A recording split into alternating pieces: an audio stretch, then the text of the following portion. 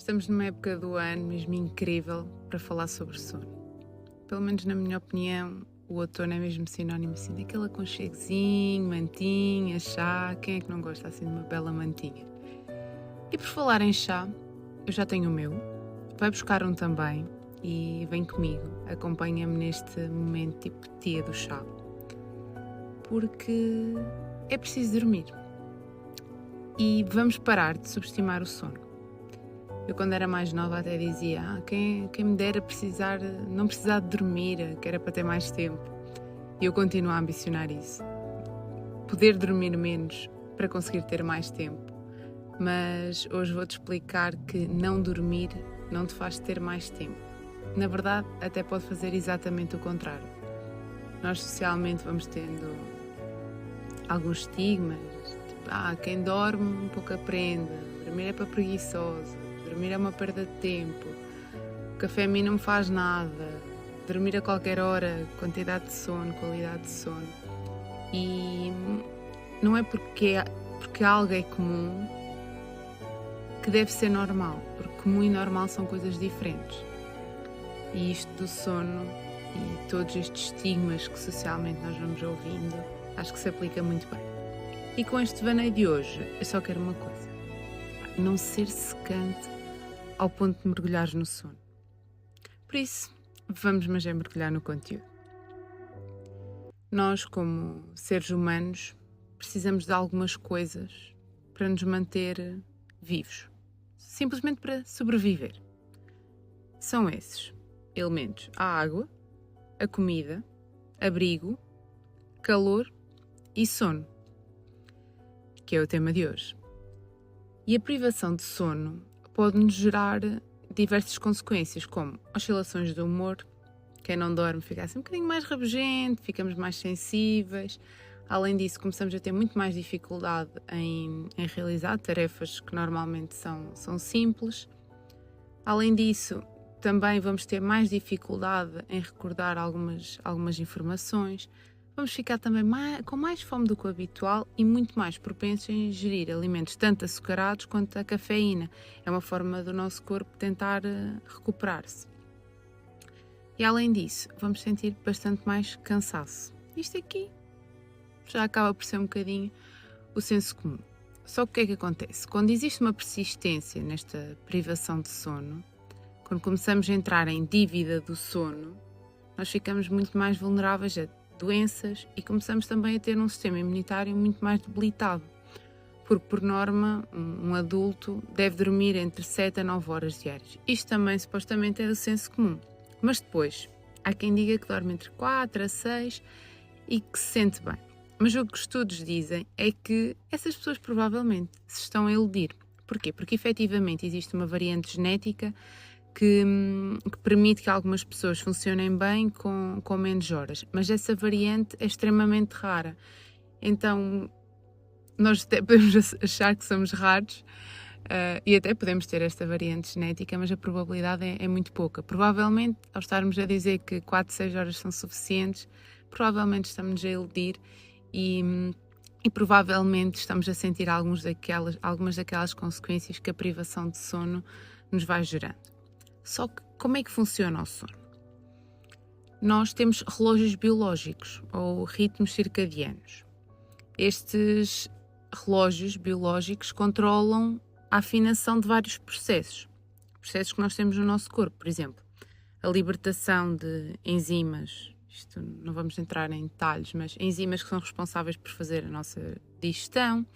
Além disso, também toda a renovação celular, ou seja, nós temos várias células no nosso corpo e elas precisam, umas morrem, outras precisa de haver esta renovação, este ciclo. E além disso, este relógio biológico também é responsável pelo registro temporal interno, ou seja, a nossa capacidade interna de percebermos a passagem do tempo. E o relógio biológico é diferente do relógio temporal. Por exemplo, o relógio temporal tem um dia, não é? O relógio que nós temos no pulso, no telemóvel, é um dia, são 24 horas. Como se nós pensássemos que esse relógio central é ali o da igreja. Só que depois nós temos o relógio biológico que nós temos internamente, que é de aproximadamente um dia também, mas não é exatamente estas 24 horas. Pode oscilar cerca de meia horita. Então existe esta diferença entre o que é o relógio temporal, que nós trazemos no pulso, ou está ali na torre da igreja, e o relógio biológico, ou ritmo circadiano, que é uma percepção interna. E o que é que acontece? Nós temos um relógio central no nosso cérebro, que tem um nome assim um bocado esquisito, que eu também não vou dizer, não interessa para o caso, mas vamos pensar, é um relógio central que depois os vários relógios biológicos que nós temos no nosso corpo são sincronizados a partir deste relógio central. Então, temos um central que está no nosso cérebro, que depois dá informação aos vários relógios que nós temos no nosso corpo. E apenas aqui um à parte, no domingo em que mudou a hora, como eu acordo praticamente todos os dias às 6 da manhã, nesse domingo acordei precisamente às 5:00. Claramente que o meu relógio biológico estava bem mais certo do que o relógio temporal, porque o meu corpo sabia que eram 6 horas, ainda que o relógio do telemóvel dissesse que eram 5.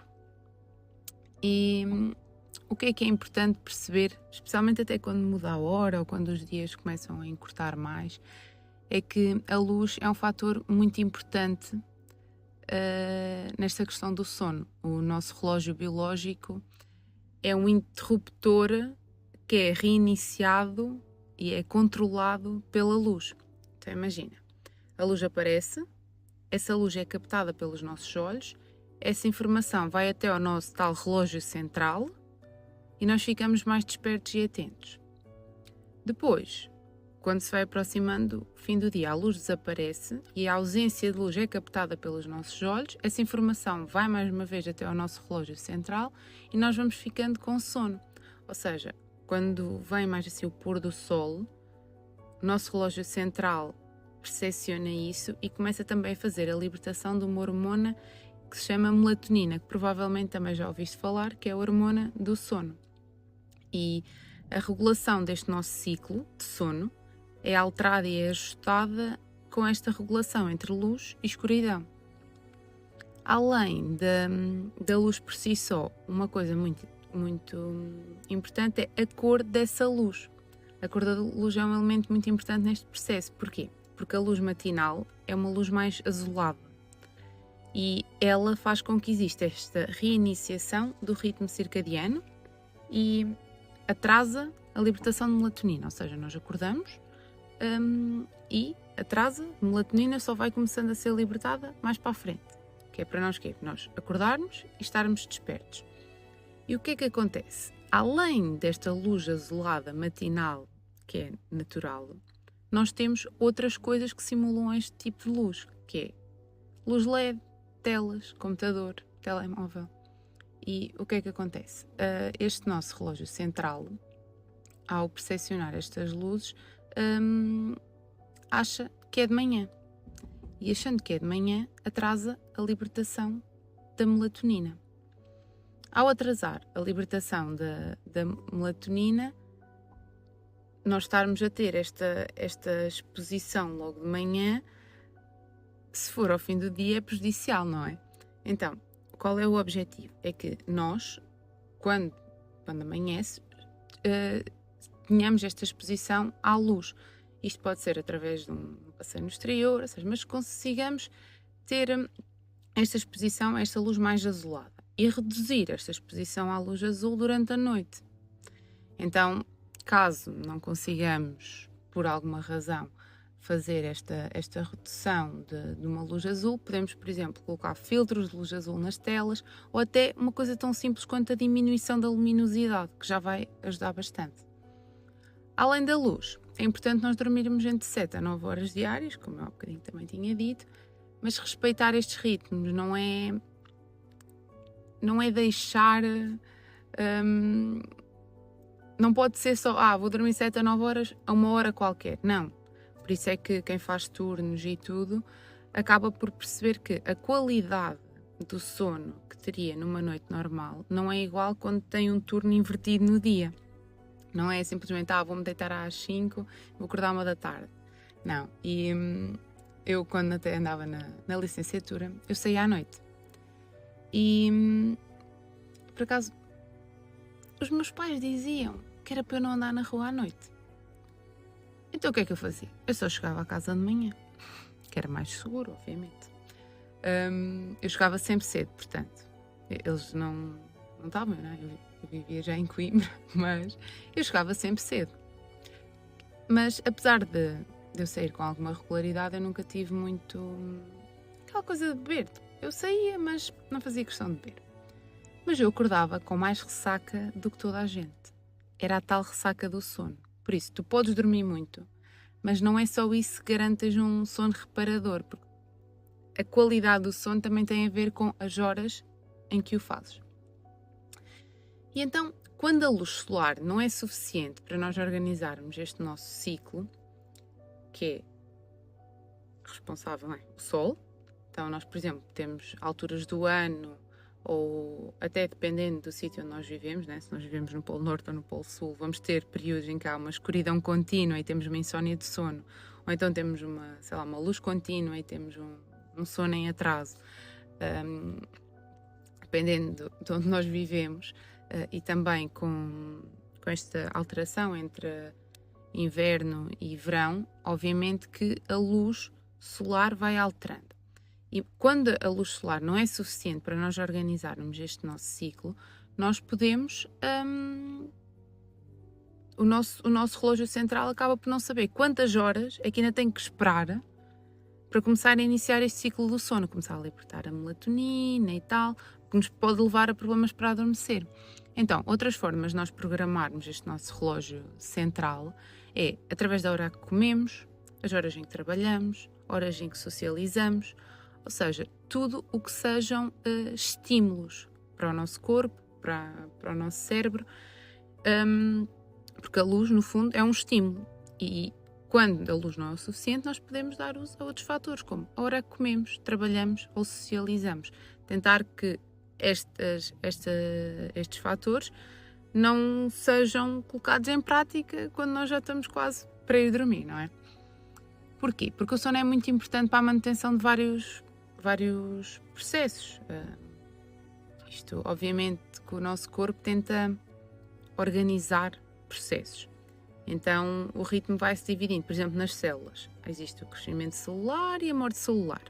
No nosso cérebro, durante o dia, estamos a captar a informação e à noite depois ele processa e armazena na memória. Então, estes processos vão ocorrendo em alturas diferentes, que é para não interferirem uns nos outros. Então, por exemplo, nós estamos acordados, estamos a aprender, estamos a captar informação. Então, isto enquanto estamos acordados. À noite, o que é que o nosso cérebro faz? Processa essa informação, organiza aquilo tudo bonitinho e armazena na memória. Então, o sono é importante para que nós consigamos manter estes processos bem alinhados. Só que, agora vem a questão do café. Nós temos um sistema, tem um nome também um bocado estranho, que é o sistema de adenosina, que nos faz ter a pressão do sono. Então, quanto mais tempo nós estamos acordados, vamos ficando mais sonolentos, não é? E o que é que esta substância, este sistema faz? Faz com que ele, aumentando ao longo do dia, vai-nos dando a pressão do sono. E depois onde é que entra o café nisto? É que nós temos uma substância que é responsável por nos tornar mais sonolentos. E depois temos outra substância que nos faz estar mais despertos. E a cafeína faz com que aquela que nos ia fazer ficar mais sonolentos diminua. Então, nós consumimos café, os níveis desta adenosina vão diminuir, ou seja, não vamos ficar tão sonolentos, e esta substância iria aumentar ao longo do dia, que era para quê? Ok, eu acordo, estou desperta, depois ao longo do dia vou ficando cada vez mais sonolenta porque esta substância vai aumentando. Isto seria o natural. Como nós lhe metemos ali o café, ela já não vai produzir o mesmo efeito. Assim como a outra substância que nós temos que iria diminuindo ao longo do dia, que é ácido, que também tem um nome estranho, que é acetilcolina, ela iria diminuindo de forma natural ao longo do dia, só que nós, como lhe estamos a meter café, ela faz-nos ficar mais despertos. E então o que é que acontece? Nós bebemos café, aquela substância que nos faz ficar mais despertos orienta-nos a ter mais atenção, mais aos estímulos externos, aumenta a nossa capacidade de aprendizagem, porque faz com que exista mais esta ativação dos nossos neurónios numa parte que se chama córtex, que é uma parte mais racional, para nós estarmos mais atentos. E ao ingerirmos café, o que é que também acontece? O nosso cérebro acredita que a atenção é menor do que realmente é, fazendo com que exista assim uma libertação da substância, que acaba por ser um efeito negativo de beber café logo de manhã. Porquê? Tu tens estas substâncias que naturalmente iriam estando no teu corpo. Umas aumentam, outras diminuem. Só que ao beberes café logo quando acordas, é como se o nosso cérebro acreditasse que há algo que ele não está a conseguir fazer sozinho, então tem que ter um fator externo. Então ele vai estimular mais a libertação para que nós estejamos despertos.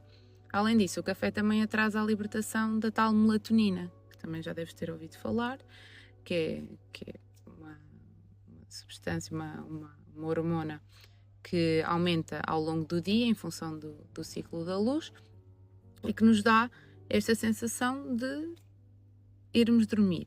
E ao facto de bebermos café vai fazer com que exista um atraso na libertação desta melatonina. Porque o nosso cérebro, nós temos assim uma zona no cérebro que controla esta transição entre o nosso sono e a que se costuma chamar a vigília, que é estarmos acordados. Ou seja, estamos a dormir ou estamos acordados. Temos aqui uma partezinha que controla isso. Então, acaba por ser um baloiço. Nós vamos, há umas hormonas, umas substâncias que vão sendo libertadas e outras que vão aumentando, outras vão diminuindo, e nós vamos estando ali naquele baloiço que vamos estando ou mais ativado ou mais inibido, e estes dois sistemas vão se inibindo um ao outro, e assim nós conseguimos ter este ciclo do sono. Só que além disso, nós depois temos um outro terceiro sistema.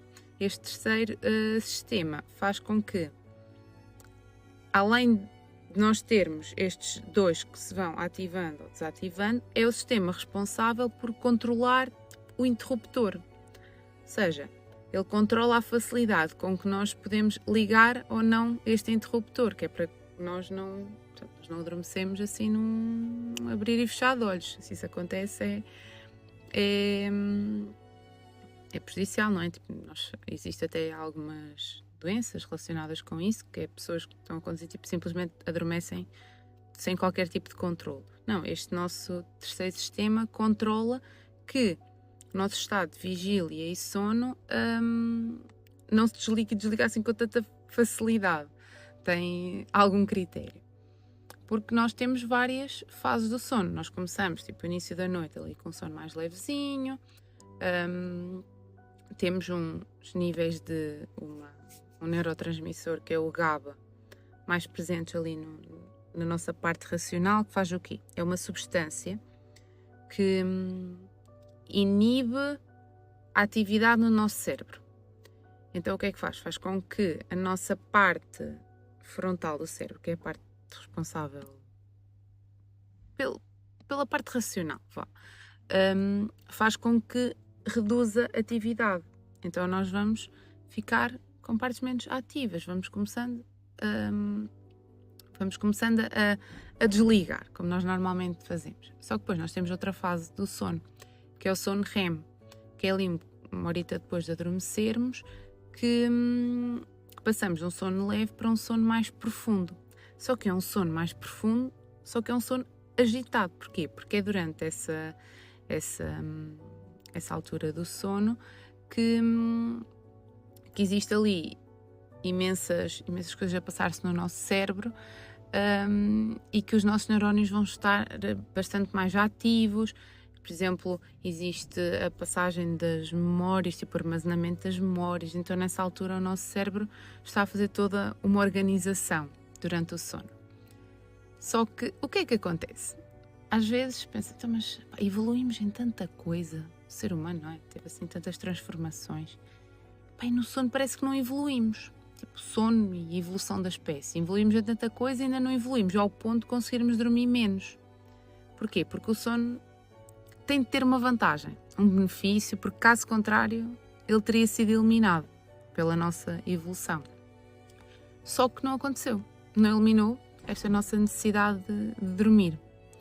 Mesmo, por exemplo, mesmo o sono nos deixando inconscientes, vulneráveis aos tais predadores, quando nós andávamos nas cavernas, o sono tem a vantagem, o benefício, porque caso contrário teria sido mesmo eliminado.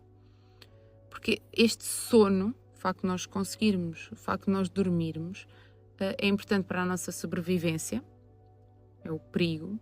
Nós conseguirmos, nós vamos para dentro da caverna dormir, então faz com que estejamos menos expostos ao perigo, porque durante a noite nós não temos tanta capacidade de ver, então nós recolhíamos a nossa caverna e iríamos estar menos expostos a perigos.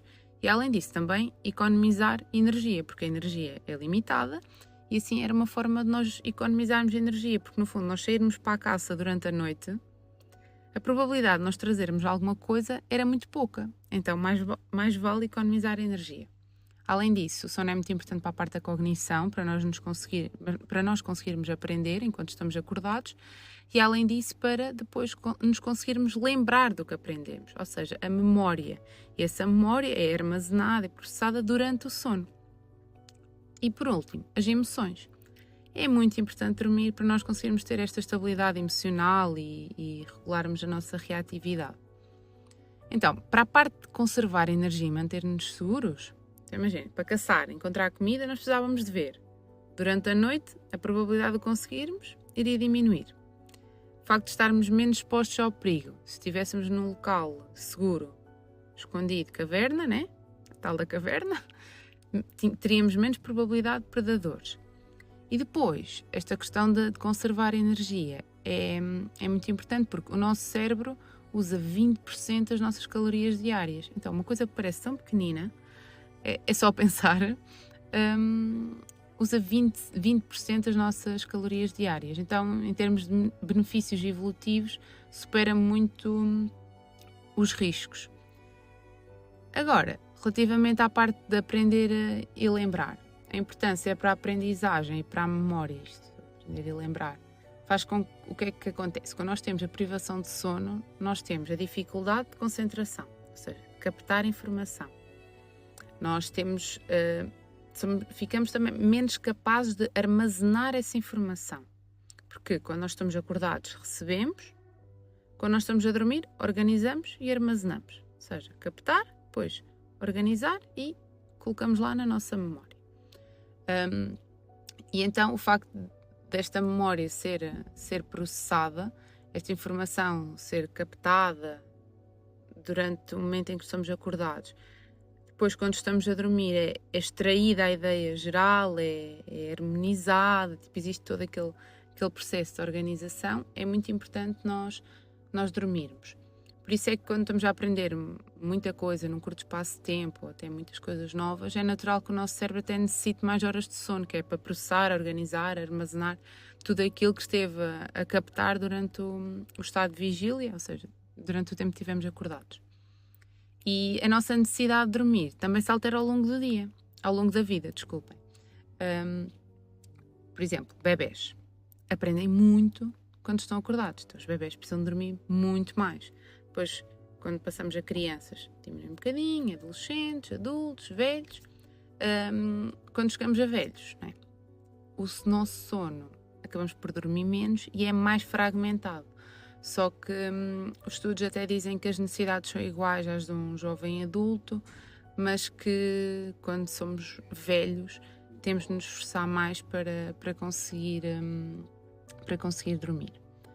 Então o que é que acontece? Quando nós à medida em que envelhecemos, nós vamos tendo várias alterações nestes relógios biológicos, começamos a libertar mais melatonina mais cedo, a nossa bexiga também fica mais fraquinha, então o sono fica um bocadinho mais instável, ficamos com o sono bastante mais leve E pronto, acabamos por ter aqui algumas alterações que impactam diretamente na nossa qualidade e quantidade de sono.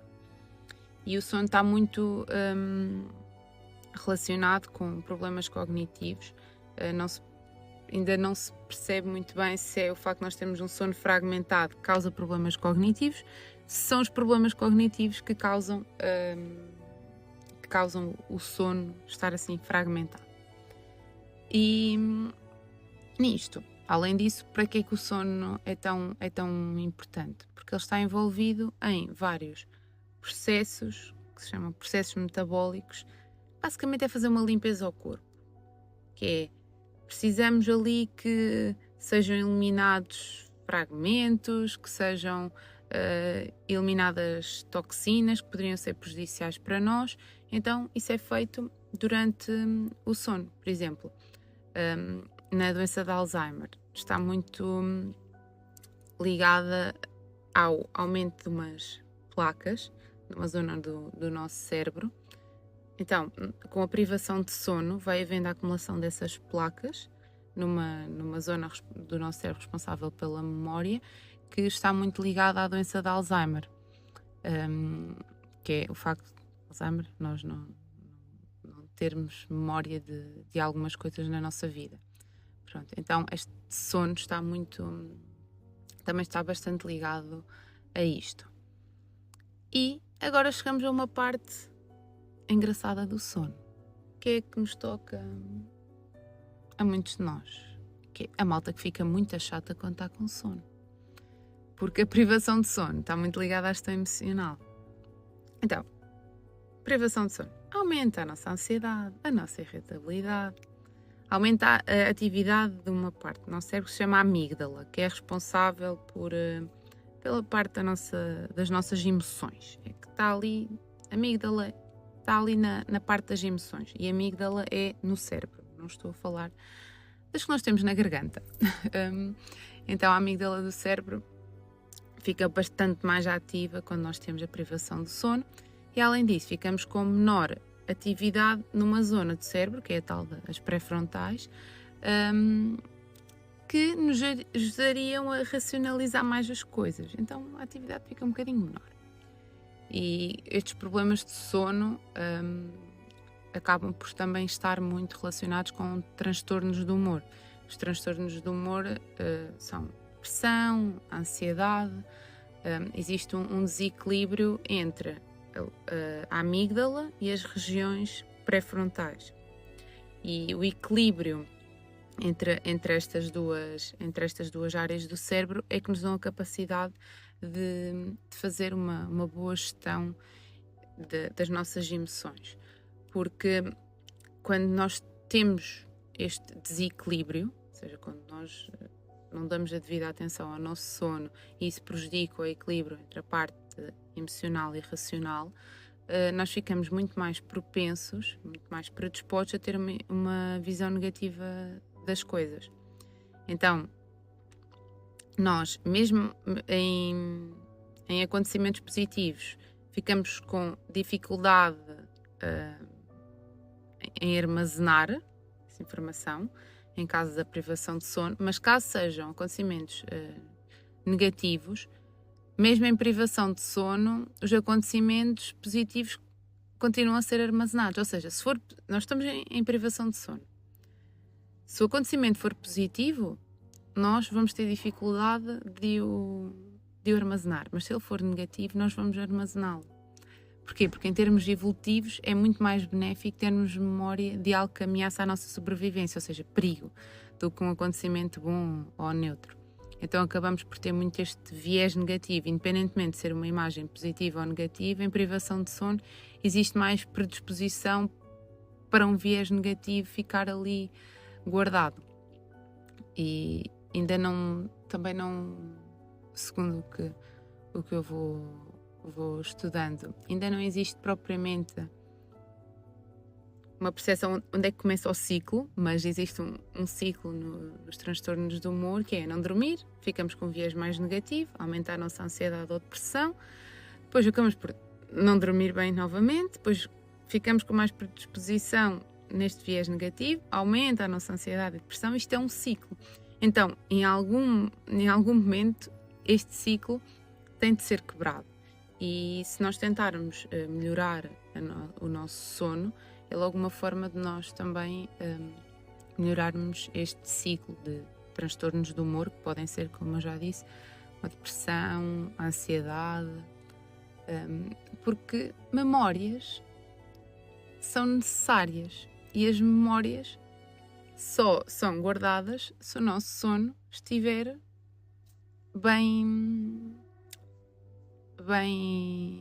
regulado, porque as nossas memórias estão muito ligadas às nossas emoções. Então o que é que acontece? Nós temos as memórias, elas são guardadas ou não, de acordo com o impacto emocional que elas têm. Mas depois, durante o sono, meio que existe nós guardamos a memória, mas a emoção, por norma, desvanece. Depois, obviamente, se for um trauma ou assim, a coisa pode alterar-se um bocadinho. Mas existem diversas técnicas comportamentais que nós podemos fazer para melhorar o nosso sono. O sono não se prepara apenas quando nós decidimos dormir, tipo, e tal, deito-me e durmo. Para algumas pessoas até é assim, mas para outras, e na forma como a nossa sociedade está e o ritmo que nos é exigido, eu tenho vindo a perceber que sono é um problema para a grande parte das pessoas, incluindo para mim. Eu tenho que me organizar para dormir e essa organização, essa preparação começa quando acordas, que é quando acordas exposto à luz da manhã, que é para ajustar este ritmo circadiano. Pronto. Além disso, teres muita atenção à hora do café. Não existe propriamente um estudo que diga objetivamente a que horas devemos beber o último café do dia, pelo menos que eu conheça, mas é importante que seja o mais cedo possível. Por exemplo, eu tento beber o último café no máximo até às 2 da tarde. Em algumas situações bebo mais tarde, tipo de forma estratégica, que é tipo em dias que preciso de atrasar realmente a libertação da tal melatonina, que aumenta ao longo do dia, em função da luz solar, e nos vai dando estes sinais de sono, mas quando eu preciso atrasar isso, porque quero estar acordada até mais tarde, estou quero fazer alguma coisa, então aí até bebo depois das 2 da tarde, mas a regra é até às 2 da tarde. Só mesmo de forma estratégica é que não é. Então, bebo até um bocadinho mais tarde, a melatonina vou atrasando a libertação da melatonina, estimula a libertação da outra substância que ativa os nossos neurónios de córtex, que é para nós conseguirmos estar mais despertos e captar informação. Então isso é uma das estratégias. A terceira estratégia que podes utilizar é não comer tarde. Porquê? Porque o nosso corpo precisa de algum tempo para fazer a digestão. São libertadas algumas enzimas do fígado que são responsáveis pela parte da digestão. Então, se comes muito tarde, vai fazer com que este processo também atrase. Então, se conseguires comer com alguma antecedência antes de dormir, para dar tempo do teu corpo digerir, para depois ir dormir, tanto melhor. Depois, o chazinho, que eu tinha falado no início do devaneio, antes de ir para a cama. Existe todo aquele ritual, não é? É fixe, tipo, ter assim um ritualzinho para dormir. Apenas uma atençãozinha à ingestão de líquidos muito próxima da hora de dormir, porque vai influenciar nesta interrupção de sono. Por exemplo, para ir à casa de banho, é importante beber água, mas tentar antecipar no dia, não deixar assim doses muito grandes de água para beber ao fim do dia, porque isso vai atrapalhar o teu sono. E aquilo que eu estava a falar do ritualzinho antes de dormir, é tempo para desconectares um bocadinho antes de deitar, antes de dormir propriamente, que é escolher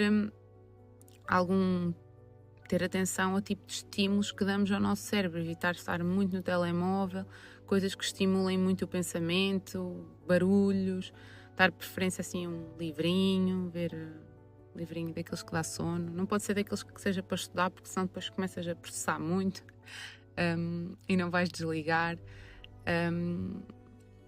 E também, tendo em conta a importância da luz no nosso ciclo do sono, é muito importante limitar o uso dos ecrãs que emitem esta tal luz azul. Tentar não utilizar, ou caso seja necessário, colocar telas de filtro de luz azul ou baixar a luminosidade, que é uma coisa super simples. Às vezes estamos ali com uma luz imensa na cara, só o facto de diminuir a luminosidade já vai ajudar bastante.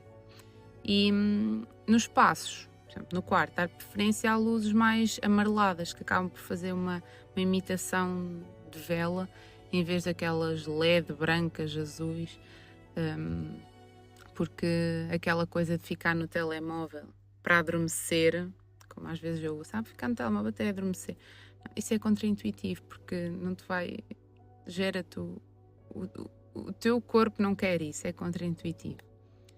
Por último, só queria mencionar a questão da suplementação de melatonina, que é algo que vai sendo muito falado, mas que os estudos dizem que beneficia pessoas mais velhas, apenas beneficia pessoas mais velhas, com ritmos circadianos que não estão tão definidos, ou até pessoas que têm transtornos no relógio biológico. De resto, não